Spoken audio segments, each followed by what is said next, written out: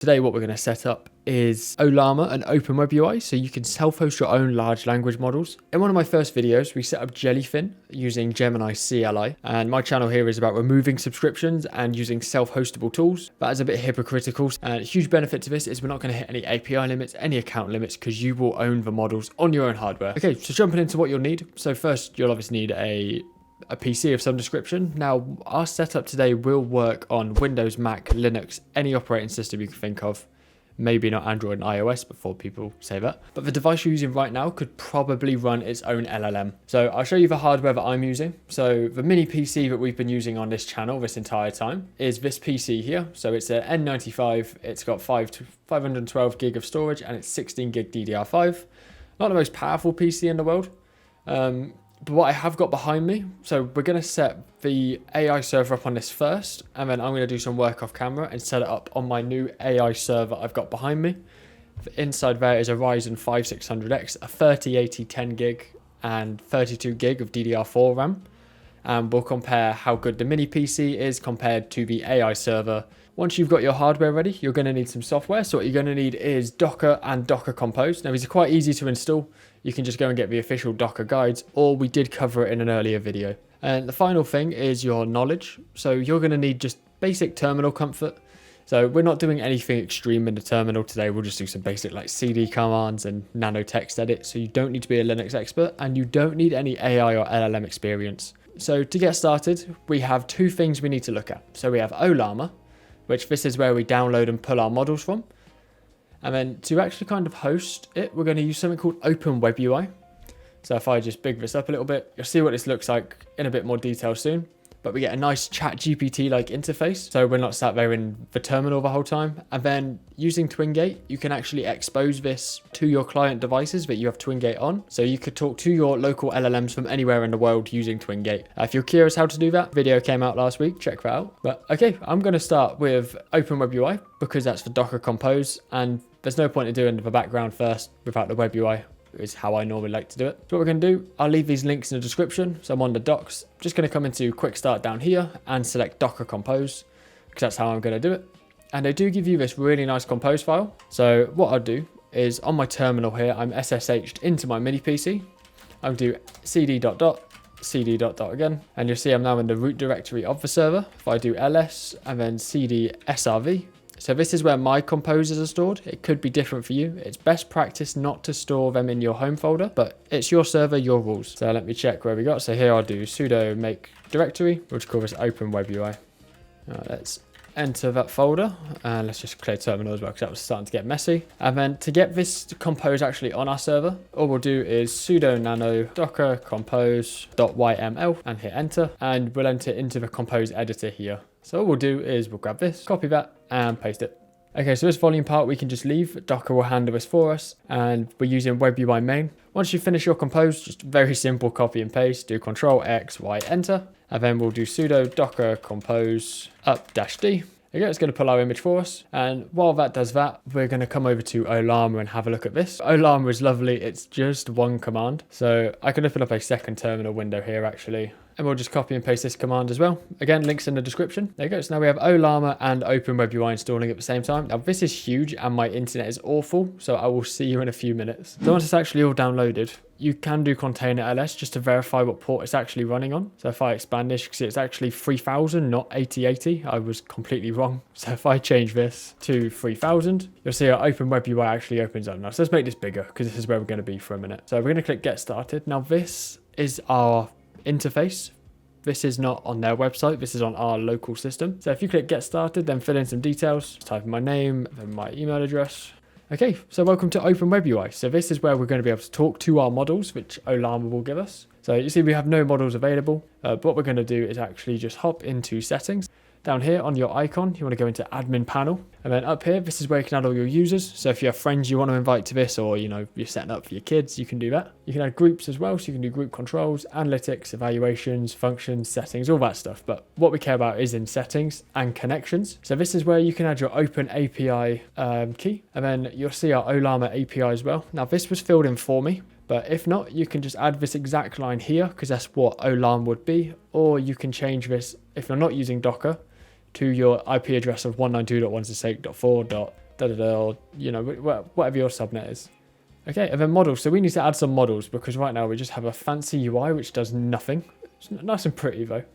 There you go, so let's take a look. So we don't need this one anymore, that one's nice and messy, we'll get rid of it. So on our very last bit, my internet is painfully slow. Okay, creating an Ollama user. So now you'll see that I don't have a dedicated GPU, so it's only running in CPU mode, and that's because we're on this mini PC I said about earlier. Now, if you do have a GPU, you're going to have a much better time with OpenWebUI rather than CPU only mode. But let's go to Ollama and actually have a look at some models and kind of have a look as to what any of that means. Now, there's a few specific models that I'm looking for today. Now, so some of the most useful models to use. So I did say we'd use Llama 3.2b. So I'm going to search for this model here, and you'll start to notice some of these B's on the end, like 3b. Now this stands for billion parameters. So it's essentially in, you know, basic terms, how expansive the knowledge of the large language model is. And the more billion parameters you have, the more heavy the model will be. So for example, my mini PC might be able to run like 3b, okay. But if I stick 11b or 90b, it's just going to die. Whereas my 3080 might push to 11b, it depends. But we're going to stick with 3b today. So I'm going to open up Llama 2. And then you'll see it's nice and easy here. So there's a few options down here. Looks like this one's from Meta as well. So we want to go for the 3b parameter one. And we just want this. So I'll just copy that command. And I'll grab my terminal up. And then over here, I'll just do Ollama run 3.2. And then it's going to pull that 3b one for us. It's only a 2 gig model, which isn't bad at all. I don't know how, but my area still hasn't got fiber. I'm stuck with like the part fiber, which is just dreadful. But while this downloads, I'll put a picture on the screen now of the PC that I've got for the AI server. And just so you know, in the background, I am setting this up in parallel on the server, the exact same setup, so we can do like a side-by-side comparison. But I need help to name the server. I've currently named it Shroot because, I mean, to be honest, I have a lot of PCs knocking about that I've tried to put servers on before. I mean, I've got laptops where I've cut the screens off. You can make servers on anything. Because I like to cluster things together and I like to have a backup twin gate tunnel just in case the first one goes down so I can still access my home servers. I think about naming them after office characters. So if I just pull over this terminal, text is a bit small compared to this. But it's like Nath at Shroot. And what's cool about this one is I do actually have the NVIDIA drivers installed. So there you go, you can actually see that we're going to be using a GPU for some of the models. And if I pull this one over, you'll see NVIDIA GPU is installed. So that way we're not in that CPU only mode. Okay, it looks like we're coming to the end here, our final 10 seconds. So just to kind of recap what we've done up to this point, we've ran one docker-compose file and changed no values. We ran one kill command, the Ollama command, and we ran Ollama run Llama 3.2. Now every command that I've ran, including installing Docker and docker-compose, I will have set up in the description below so you can copy it if you want to, if you just want a really quick setup. Now what it's actually done is we're just running it in CLI right now. So if I go hello, now we're going to see our response time. So that's not too bad. We have no GPU and we're actually talking to an AI. Let's see if it knows what day it is. Okay, this is something we're going to change. Not in today's video. It's telling me to check my computer clock. We will be setting this up so our large language models can access live data, such as even our files, our CLI. We're going to set up our own version of essentially OpenClaw over the next few videos. So anyway, let's hop over to OpenWebUI. Let's get back onto R1. Okay, so I had to do a little bit of troubleshooting to get it working. I'll put this command in the description below, just where we edit a service file, which gives Ollama access to the 000 interface, so it's accessible from inside of Docker. So the issue is that OpenWebUI is Docker and Ollama is not, so we just had to open up a communication line, but I will throw this into the description below and it works. As you can see, we've now verified. So if I click save, come back to new chat, we can actually see our model up here now, and we can talk to it inside of OpenWebUI. There you go. Now note there is no GPU here, as you can probably tell from let me get rid of these onslaught of messages that I was troubleshooting. So it is a little bit slow the first time you send a message. So let's ask it a normal question. Can you help me learn Linux? There you go. So that one actually took less than a minute, but that I still feel is, you know, pretty slow. I don't want to sit here and wait half a minute for it to answer.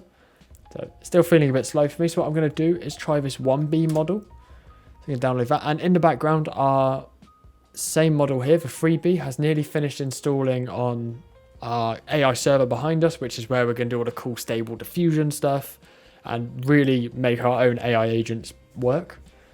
So you see this one's actually 1.3 gig, so it's 700 meg shorter. Okay, so that speed issue we're having, I've actually managed to fix it. So if you click your name icon and admin panel, and then come up to settings, and then interface, just disable these. So each one of these, every time it uses like a sub LLM inside of OpenWebUI, which can really slow things down.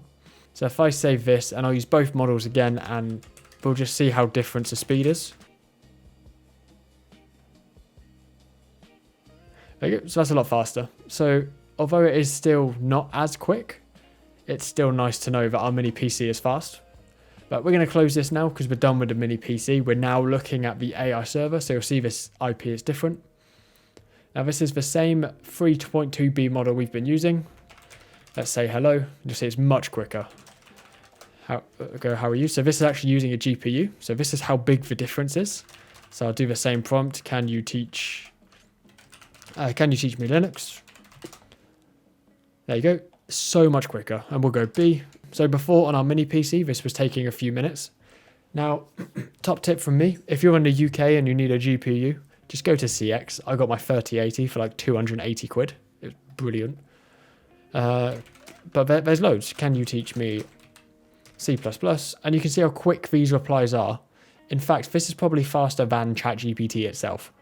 So there you go. I'm now learning to code. So using this, what we're going to do in the next few videos is in settings, we're going to set up some image generation. We're not going to be using any API keys. So if you've watched videos before where people are like self-host images and then they give you an open API key, you'd be devastated. We're going to self-host stable diffusion. We're also going to set up pipelines and automations with NAN, which is a new service. And we're going to set up agents that can take actions on our computer on our behalf. And the big benefit to this is it's self-hosted and we'll add our own personal controls. So there's a new service called OpenClaw, which everyone is currently obsessed with. And you don't really have too much control over OpenClaw because it's predefined software. I'm sure there's a few settings in there. But what we'll do is we'll make our own version of OpenClaw. So that way you know how it's set up and you can just customize it. There we go. You are now self-hosting AI. You have completed this. So I hope you stick around for the AI server journey. All of the commands we use today will be in the description below. Since we got to this point, I'll just put them in the order you need to copy and paste them in. And you'll just have OpenWebUI and Ollama and models running within like 10 minutes if your internet's good enough. And I will see you next week for some more exciting home server stuff. Goodbye.